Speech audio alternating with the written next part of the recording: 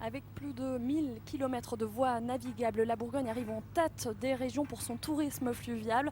Nous allons donc aller toute cette semaine à la rencontre de celles et ceux qui travaillent, habitent ou vivent sur l'eau. Première escale aujourd'hui ici à Saint-Jean-de-Laune, une ville qui vit depuis 2 siècles au rythme de l'eau, la Saône et de ses bateaux. Générique.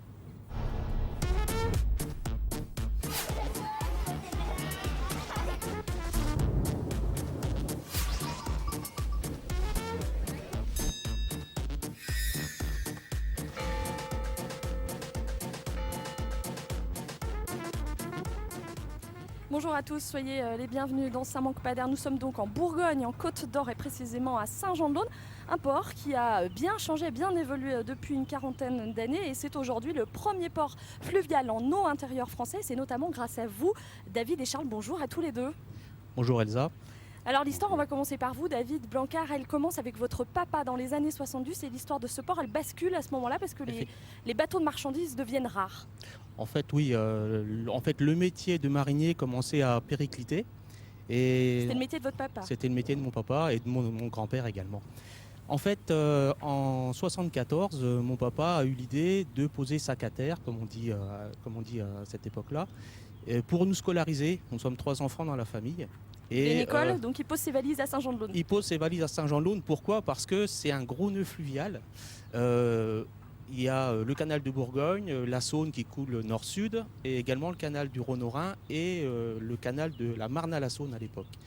Alors pourquoi Saint-Jean-de-Laune? Bon, parce que donc c'était un nœud fluvial et cette gare d'eau qui est vraiment une grande surface au calme, qui est protégée des crues et protégée à l'époque également des débâcles, c'est-à-dire toute la glace qui pouvait couler partout.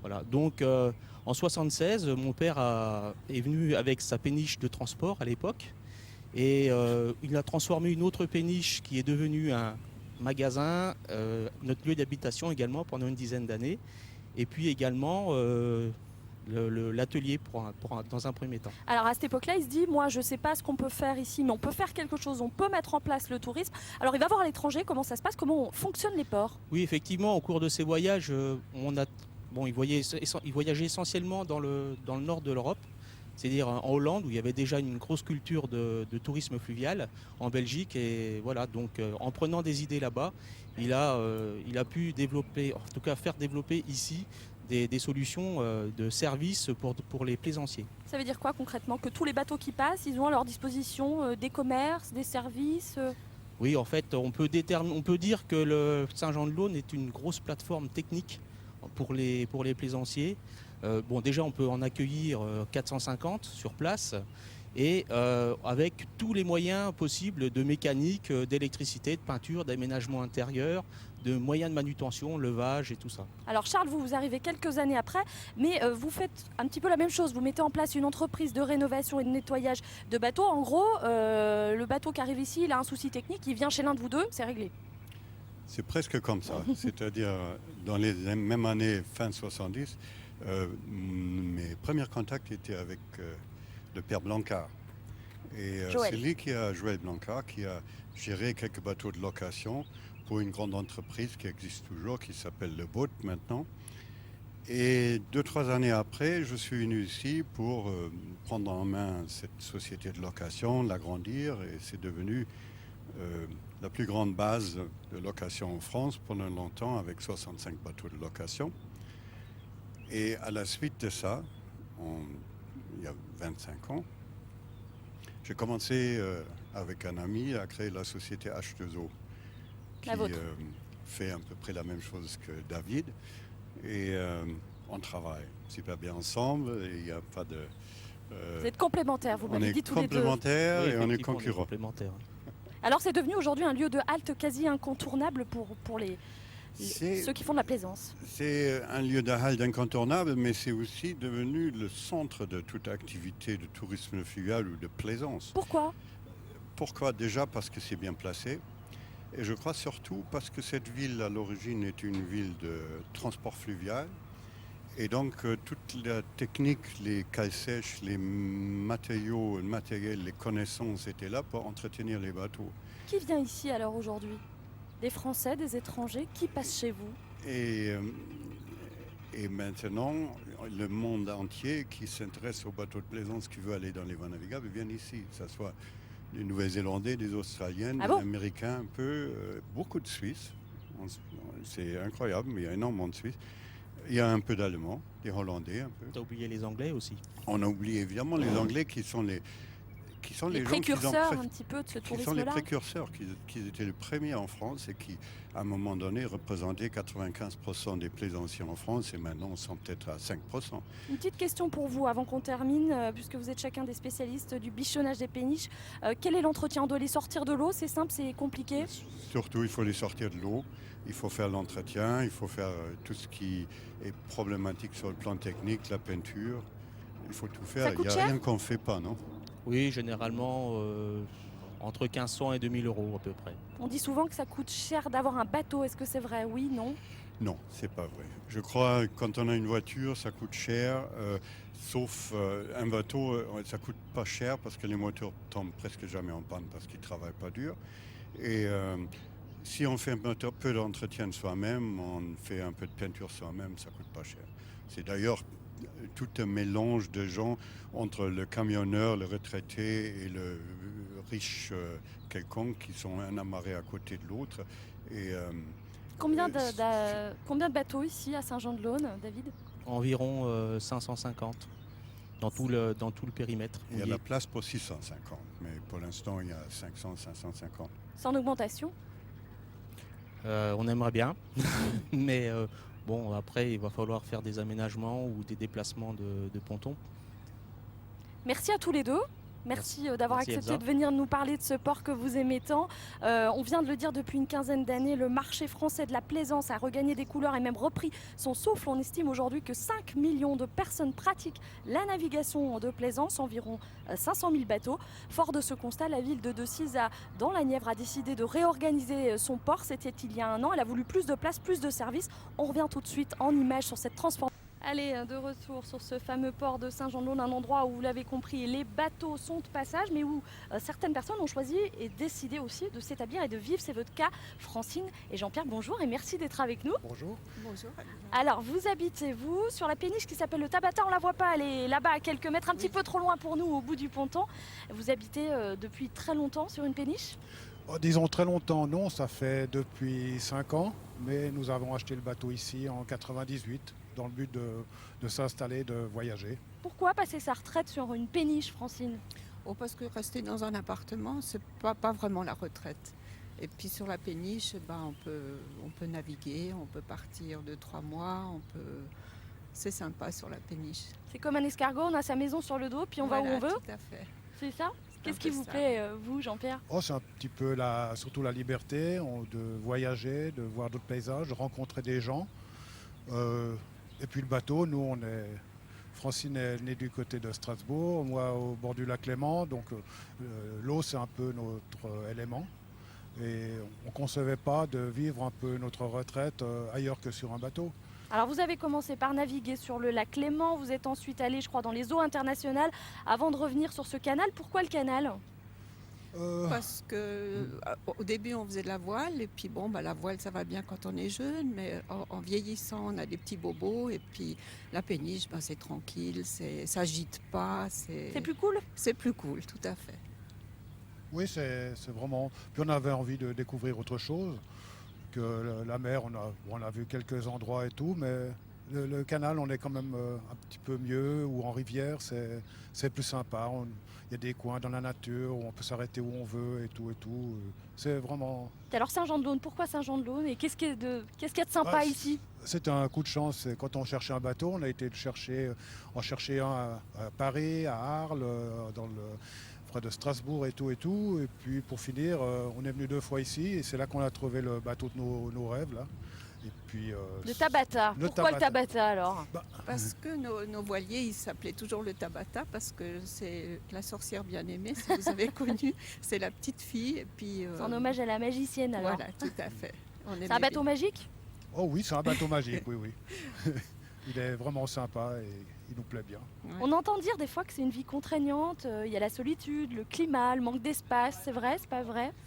Non, personnellement, je ne trouve pas. Non, il faut dire qu'on est un petit peu sauvage aussi. Hein. Nous, la foule et tout ça, On fuit un peu. on fuit un petit peu donc, dans la nature, sur la rivière.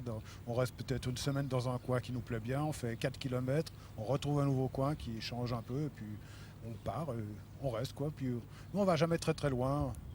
Le C'est but, pas c'est le de fait de sortir. faire des kilomètres, c'est de... Même on fait 5-6 kilomètres, on trouve un joli coin, on s'arrête, on passe la nuit, on reste même 2-3 jours. Vous êtes des nomades immobiles?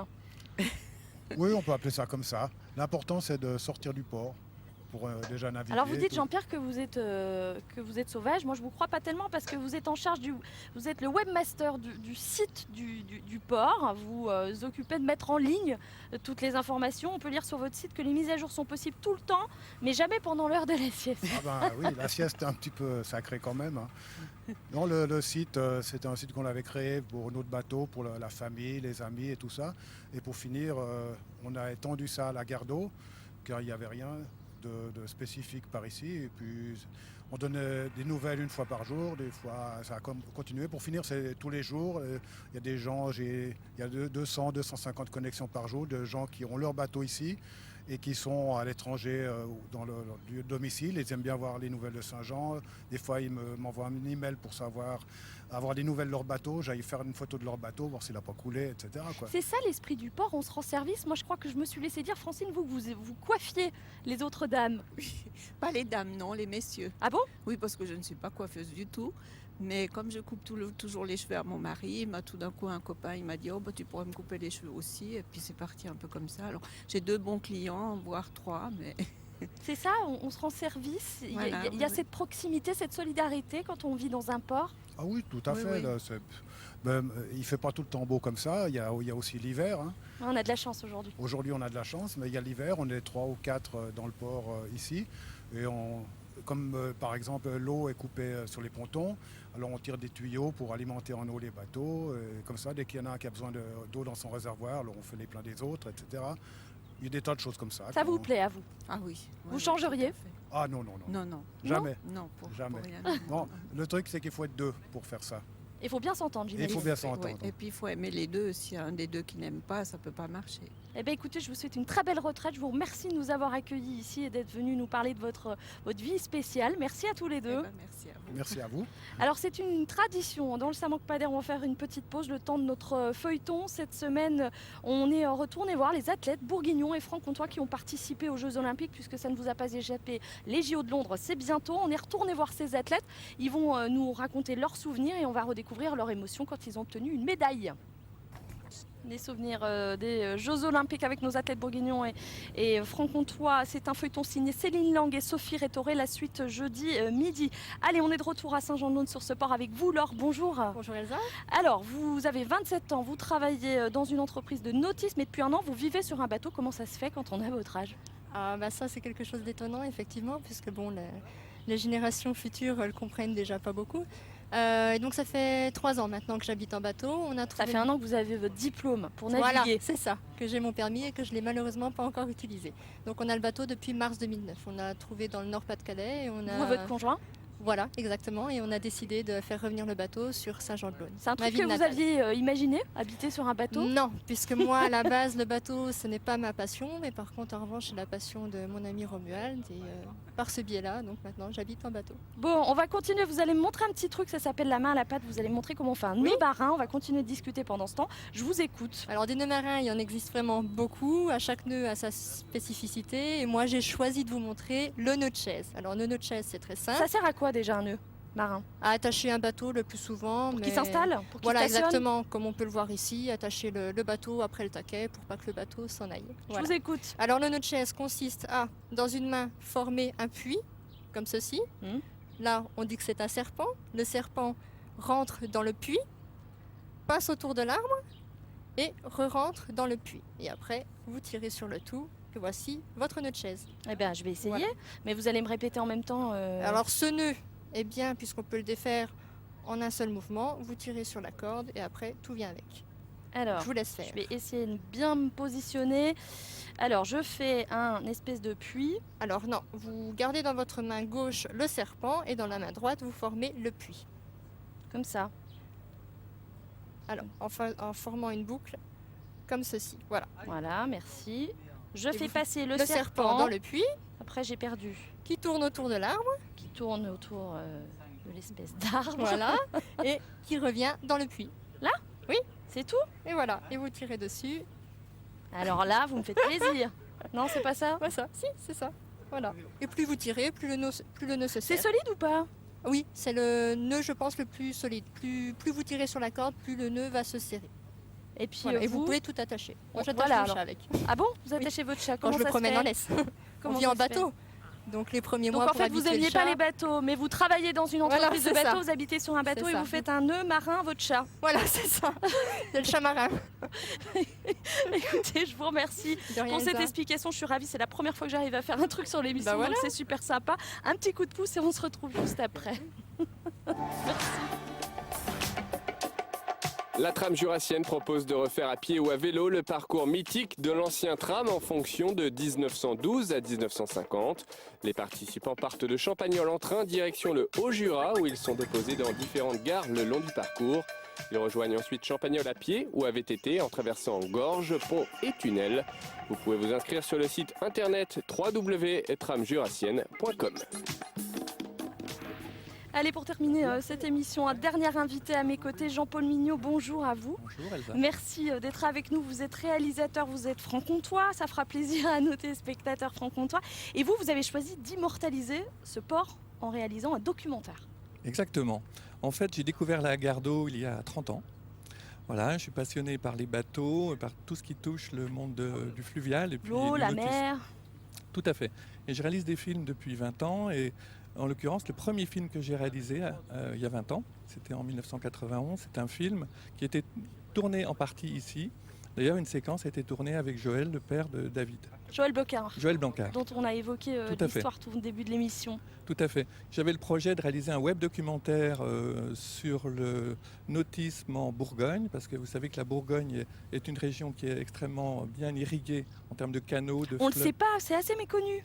Mais c'est la région de France qui est la mieux pourvue en Canaux, en lacs, tout à fait. rivières. Tout à fait. Et donc j'ai toujours le projet de réaliser un web documentaire sur les canaux et rivières de Bourgogne. Alors là, vous êtes venu découvrir les habitants de Saint-Jean-de-Laune. Vous avez posé vos valises depuis plusieurs mois. Enfin, en tout cas, vous venez souvent les voir. Qu'est-ce qu'on va découvrir dans votre documentaire? Alors je ne vous dirai pas tout, bien entendu, puisque le documentaire n'est pas complètement Terminé. terminé. Il sera Voilà. diffusé sur France 3 à l'automne. Il sera d'ailleurs. diffusé à l'automne. Tournage. Des anecdotes sur ce tournage? Des anecdotes, un certain nombre d'anecdotes. Alors c'est vrai qu'on a eu la chance ou la malchance pour certains de connaître une période de glaciation assez intense. Donc puisque vous avez vu tout à l'heure Jean-Pierre Et qui vous a Francine. parlé, Francine, voilà, cherchez le mot, qui ont vivent aussi Sur une péniche hollandaise. sur une péniche. Ils ont eu l'opportunité, j'ai pu filmer par exemple Jean-Pierre qui découpait la glace avec une tronçonneuse. Voilà. C'est un Ça fait quotidien que vous imaginiez, ça, vous? partie- Je le devinais, mais j'avais envie d'aller un peu plus loin par rapport à effectivement la vie des gens sur l'eau. C'est des choses qui me questionnent. Je me suis beaucoup promené, c'est un univers que je connais bien. J'ai croisé Joël depuis une trentaine d'années, Charles aussi également. Et j'avais envie de savoir un peu plus pourquoi ces gens ont fait le choix de vivre sur l'eau. Pourquoi ils quittent la maisonnette, l'appartement Alors, les choix, les raisons des choix sont sont multiples. Je dirais que pour certains, c'est des raisons très personnelles. Et là aussi, vous découvrirez ça dans le film.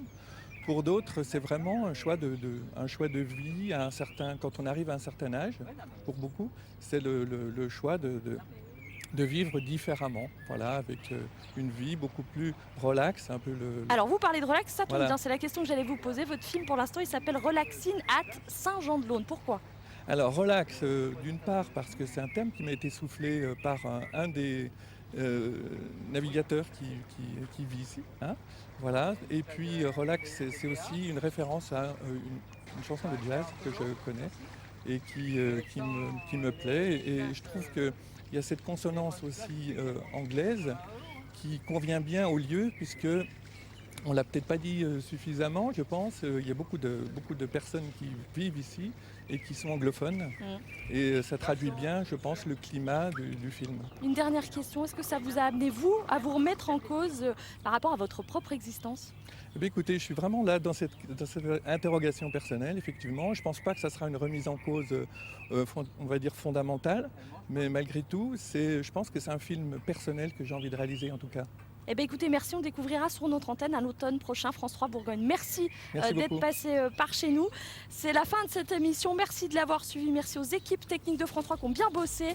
Ce midi, on se donne rendez-vous jeudi à la même heure. On parlera de la péniche Cancale à Dijon, une péniche de marchandises qui a été transformée en lieu de spectacle. Ça vaut le détour à jeudi. Très bel après-midi à vous.